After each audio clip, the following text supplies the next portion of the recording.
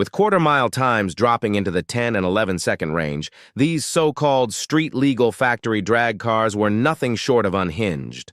Number 7, 1963, Chevrolet Impala Z11. When most people think of a Chevrolet Impala today, they probably picture one cruising low and slow, rolling through the streets as the crown jewel of lowrider culture. And while that image is true, it only tells part of the story. Because back in the early 60s, the Impala wasn't just a boulevard cruiser, it was one of the most powerful production cars in America. Take 1962, for example. That year, Chevy offered the Impala with the now famous 409 muscle cars of its time. This Fairlane was never available to the general public. Ford only built 57 of them, and they were reserved exclusively for select factory-backed drivers. That makes the R Code one of the most elusive muscle cars of the 60s. Today, maybe 24 are still around, and when one does pop up for sale, collectors go all in. Recently, bring-a-trailer auctions have seen these cars climbing past the $250,000 mark. The fifth-generation Fairlane as a whole has often been overshadowed by other muscle icons from the golden era, but the R Code is proof that it deserves a second look. It was an almost secret weapon of Ford's drag racing program. Hidden from the streets, unleashed on the strip, and now finally getting the recognition it always deserved.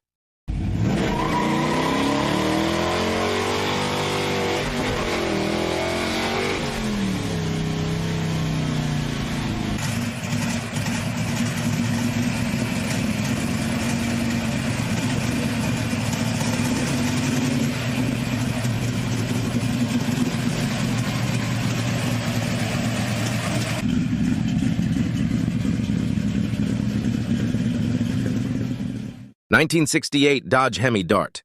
As we've touched on before, Ford wasn't exactly thrilled with Chrysler's 426 cubic inch Hemi V8 when it first appeared in NASCAR. In fact, Ford argued that the engine was simply too powerful, and for a time it was actually banned until Chrysler could meet homologation rules. That meant they had to sell at least 500 units to the public. Chrysler took that challenge seriously and decided to offer the Hemi in nearly every Dodge and Plymouth intermediate model. But there was one car that didn't get invited to the Hemi party, the Dodge Dart. Being a compact, it was left out of the frenzy, and maybe that was for the best. After all, stuffing that much horsepower into such a small car could be borderline dangerous. Still, enthusiasts didn't have to wonder for long. In 1968, Dodge partnered with Hearst Performance to create the Hemi Dart, and the result was every bit as wild as people imagined. The formula was simple, but extreme.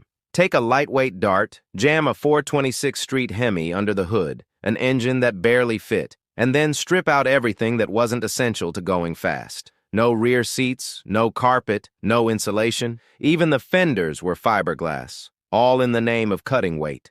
The goal was clear: to dominate the superstock drag racing class. On the strip, the Hemi Dart delivered. These cars were capable of running the quarter mile in the low tens, making them some of the quickest factory-backed machines of their era. Officially, they were street legal, but Dodge strongly advised against daily driving one. With only about 80 units ever built, most went straight to racers, but because they were sold through regular Dodge dealerships, a handful inevitably ended up terrorizing the streets.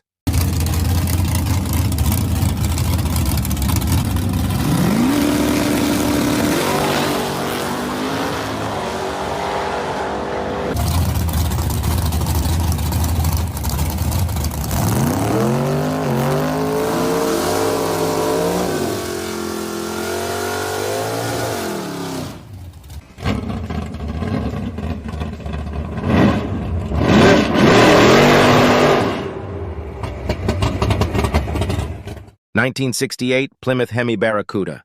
If the 1968 Hemi Dart was wild, then Plymouth's answer, the Hemi Barracuda, took things just a step further. Built in the same year and with the same collaboration between Chrysler and Hearst Performance, the Hemi Cuda was essentially the Dart's twin, but with a bit more flair and somehow just a touch more speed. While the Dart had that boxy shoebox on wheels look, the second-generation Barracuda Fastback brought sleeker, more aerodynamic lines.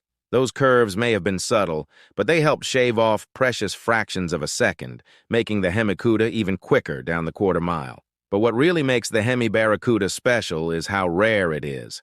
Plymouth and Hurst built only 50 of these monsters, 30 fewer than the Hemi Dart, and both cars were so outrageously dominant in superstock competition that the NHRA had to step in and handicap them. Officials forced teams to add weight in an effort to slow the cars down, but even with the extra pounds, the Hemi Barracudas still laid waste to nearly everything in their path.